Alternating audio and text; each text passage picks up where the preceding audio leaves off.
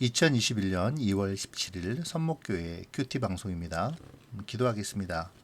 고마우신 하나님, 오늘도 말씀을 기억하게 하시니 감사드립니다.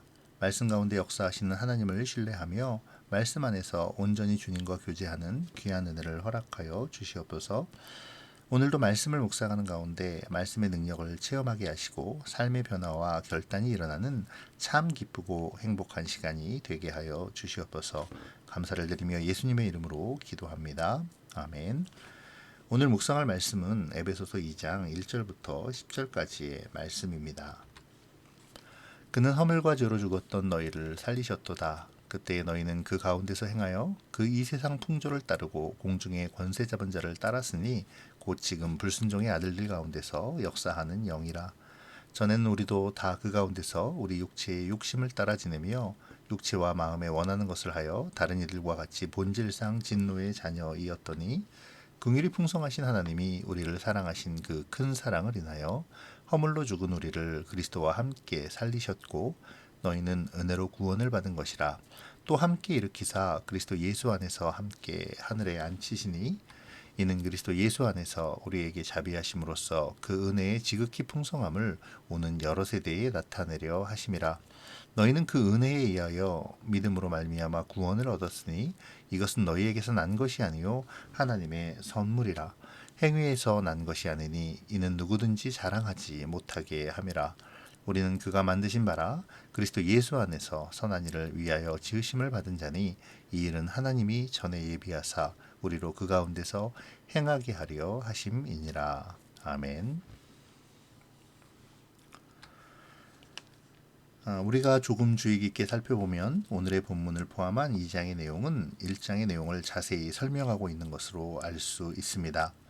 오늘 본문에서도 그 맥락은 잘 나타나고 있는데요. 예를 들면 월요일에 묵상했던 하늘의 신령한 복이나 예수 그리스도로 말미암아 자기의 아들들이 되게 하신 것이 오늘 본문에서 그리스도 예수와 함께 이루어져서 하늘에 앉게 된 일들을 통하여 상세히 설명되는 것입니다.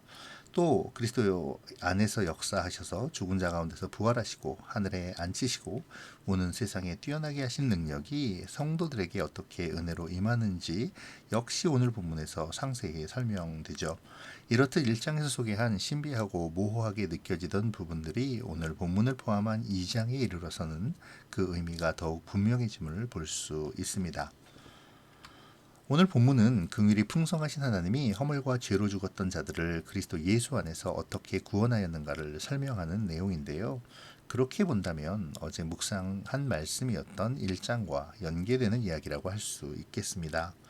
어제 묵상의 말미에서 사도 바울은 하나님의 능력의 크심에 대하여 이야기를 하다가 그 능력이 그리스도를 부활하게 하고 또 높이셔서 교회의 머리로 삼으셨다고 설명했습니다. 그리고 그 교회는 만물을 충만케 하시는 이의 충만이라고 하며 1장을 마무리했죠. 그렇게 놀라운 선언을 한 사도 바울은 2장의 시작을 우리말 성경에는 번역되지 않았지만 헬라어 등이 접속사인 카이를 사용하므로 그 만물을 충만케 하시는 이로 말미암아 허물과 죄로 인한 죽음에서 구원을 받은 존재가 바로 교회이며 교회의 성도임을 다시 선언합니다. 그리고 이어지는 2절과 3절에서 하나님의 충만과는 거리가 먼 구원받기 전의 상태, 곧 분노의 자녀로서의 죄악에 굴복하며 살았던 삶을 설명하죠.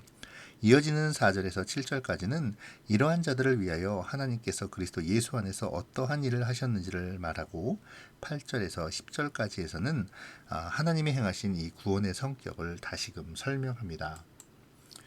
1절에서 3절은 구원받기 전에 사람들의 상태를 간결하면서도 확실하게 설명해 줍니다.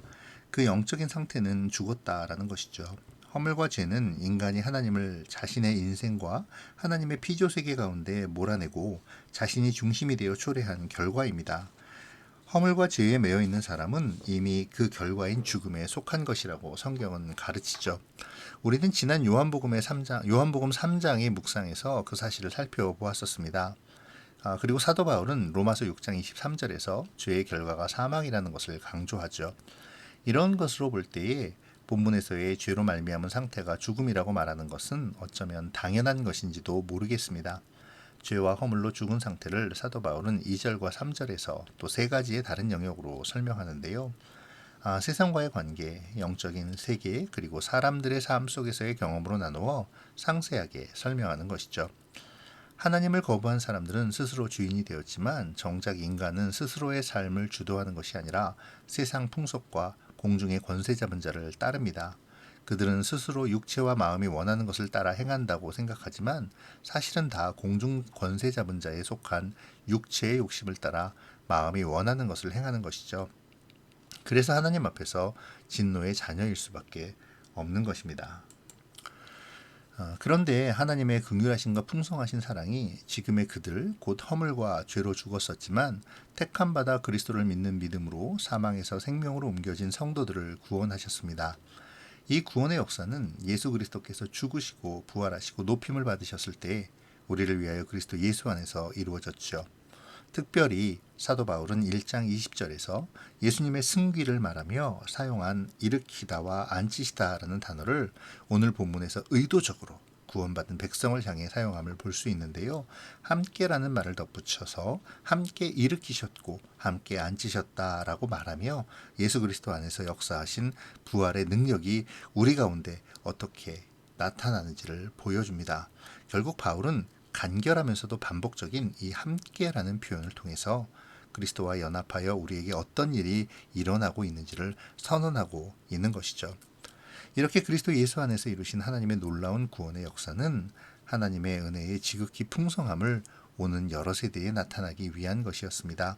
하나님의 구원의 역사는 하나님의 풍성하신 긍휼과 큰 사랑으로 시작되었고 그의 풍성하신 은혜를 영원토록 드러내 보여주는 것이죠. 이제 사도 바울은 하나님이 행하신 구원의 성격을 8절에서 10절에서 다시 간략하게 요약하면서 구원에 있어서 믿음과 은혜의 역할과 구원에 있어서 믿음과 행위의 관계, 그리고 이 구원의 궁극적인 목적이 무엇인지를 밝혀주고 있습니다. 먼저 바울은 이미 5절에서 삽입의 형태를 취하면서 선언하였던 사실인 우리가 은혜로 구원을 얻었음을 다시 반복하고 있는데요. 그런데 8절에서는 믿음으로라는 조건을 붙이고 있습니다. 구원은 전적으로 하나님의 은혜의 결과이지만 이것이 우리의 것으로 되는 것은 우리가 믿음으로 반응할 때라는 것입니다. 그러나 그렇다고 해도 이 믿음이 우리의 공로가 되는 것은 결코 아니죠. 바울은 곧바로 이어지는 말씀에서 이것이 너희에게서 난 것이 아니요 하나님의 선물이다 라고 말합니다. 여기서 이것은 믿음이나 은혜를 지칭하는 것이 아니라 구원을 지칭하는 것으로 구원이 하나님의 선물임을 거듭 강조하는 것이죠. 그러니까 구원은 철저하게 하나님께서 그리스도 예수 안에서 우리에게 은혜로 주시는 것이고 믿음은 그 주시는 선물, 즉 하나님이 하신 일을 단지 전인격적으로 받아들이는 것이라는 의미입니다. 그러므로 구원에 있어서 우리의 행위나 행함은 아무런 역할을 하지 못하죠. 바울은 9절에서 그 사실을 확실히 합니다. 단지 선물을 받아들이는 것을 우리의 행위로 볼 수 없다는 것이죠. 10절에 이르러서 사도 바울은 우리가 그가 만드신 바 그리스도 예수 안에서 선한 일을 위하여 지으심을 받은 자라고 말합니다. 이 말은 새로운 피조물로서 다시 우리를 회복하신 하나님의 목적에 관한 설명이죠. 하나님께서 새로운 피조물로 우리를 구원하신 것은 우리로 선한 일 가운데서 행하도록 하기 위해서라는 것입니다. 흥미로운 것은 10절 마지막에 사용한 그 가운데서라는 말이 이미 2절에서 사용된 말이라는 사실입니다. 2절에서는 그때와 함께 사용하므로 본질상 진노의 자녀로 허물과 죄 가운데 행하였던 자들이 이제 선한 일 가운데서 행하도록 하나님께서 새로운 피조물로 지으신 것이라는 것이죠.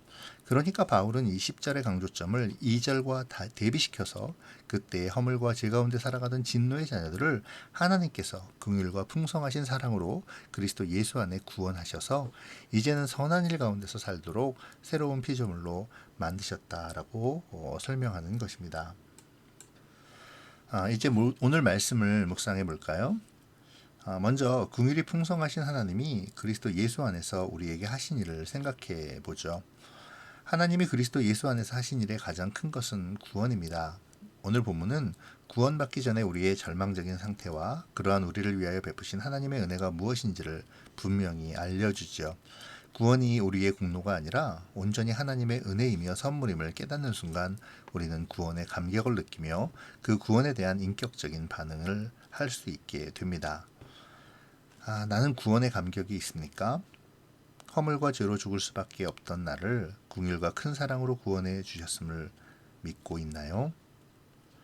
구원이 온전한 하나님의 선물이자 은혜임을 인정하고 있습니까? 오늘 본문에서 바울은 구원의 궁극적인 목적이 새로운 피조물로서 선한 일 가운데 행하는 것임을 분명히 했습니다. 우리는 하나님의 은혜로 허물과 죄 가운데 행하던 악한 일에서 떠나 선한 일 가운데서 주님의 뜻을 이루는 일을 하도록 창조된 새로운 피조물인 것이죠. 나의 삶은 구원받은 자로서의 합당한 삶을 살아가고 있습니까? 혹시 나는 구원의 확신을 천국 가는 티켓으로 착각하여 세상에서 적당히 살고자 하는 옛사람의 모습을 그대로 보이고 있지는 않습니까? 구원에 합당한 선한 일을 나의 구체적인 삶의 다양한 영역에서 어떻게 나타낼 수 있을까요? 구원의 감격을 가지고 구원에 합당한 선한 일을 내 삶의 다양한 삶 가운데 드러내기를 결단하고 그것을 위해 기도하는 우리가 되었으면 좋겠습니다. 두 번째로 8절의 은혜에 의한 믿음을 생각해 봅시다. 오늘 본문에서 바울은 믿음으로 구원을 받는다는 의미를 다시 한번 우리에게 알려주죠. 믿음으로 구원을 받는다는 것은 우리가 믿어서 구원을 받는다라는 의미가 아닙니다. 구원이 하나님의 선물로 우리에게 주어진 것임을 믿는 것입니다. 구원받지 못한 자들은 이 사실을 믿지 못하죠. 예수님이 우리를 위해 십자가에 달려 돌아가셨음을 믿지 못하고 부활하시고 승천하셔서 하늘 보좌에 계시다가 다시 심판주로 이 땅에 오실 것도 믿지 못합니다. 그러므로 구원은 하나님의 선물이며 믿음은 하나님께서 그리스도 예수 안에서 이루신 일에 대한 전인격적인 반응이라고 할 수 있는 것이죠. 나는 믿음이 무엇이라고 생각하고 있습니까? 혹시 나는 믿음을 내가 믿고 싶은 것, 나에게 이루어졌으면 좋겠다고 바라는 것으로 착각하고 있지는 않습니까? 믿음이라는 미명하에 하나님께 내가 원하는 것을 강요하고 있지는 않는지요? 성경적인 믿음은 내가 내게 필요하다고 생각하는 것을 하나님에게서 얻어내기 위한 수단이 아니라 하나님이 내게 필요하다고 생각하셔서 그리스도 예수 안에서 이루신 일과 앞으로 이루시겠다고 성경에 약속하신 일을 믿는 것이라고 말합니다. 나는 온전히 나에게 이루어진 일, 곧 그리스도 예수 안에서 구원을 이루신 하나님의 은혜를 믿고 있습니까? 믿음은 하나님을 조작하는 수단이 아니라 하나님의 은혜를 전인격적으로 받아들이는 것임을 기억해야 합니다. 나에게 온전히 이루어진 일을 인정하고 은혜에 감사하며 구원하신 하나님의 선하신 뜻과 목적을 위해 살기를 결단하며 기도합시다. 기도로 마치겠습니다. 긍휼과 크신 사랑으로 우리를 구원하신 하나님을 찬양합니다. 본질상 진노의 자녀로 허물과 죄로 죽을 우리를 그리스도 안에 생명으로 옮겨주심을 감사합니다. 사랑의 하나님, 구원의 그 어떤 공로도 없는 자기의 욕심대로 죄악 안에서 불순종의 영을 따라 살던 우리에게 그리스도로 말미암아 구원의 은혜와 선물을 값없이 허락하셨사오니 이제 우리가 그 구원의 감격을 가지고 주님이 허락하신 은혜에 합당한 삶을 살아가기를 원합니다. 믿음이란 허울로 감히 하나님을 조작하려는 수단에서 벗어나게 하시고 온전히 하나님의 새로운 피조물로 그리스도 안에서 선한 일 가운데 살아감으로 하나님의 영광을 돌리는 주의 백성이 되게 하여 주시옵소서. 오늘도 선한 일 가운데서 하나님의 영광을 위해 살기를 원하오며 우리를 구원하신 예수 그리스도의 이름으로 기도합니다. 아멘.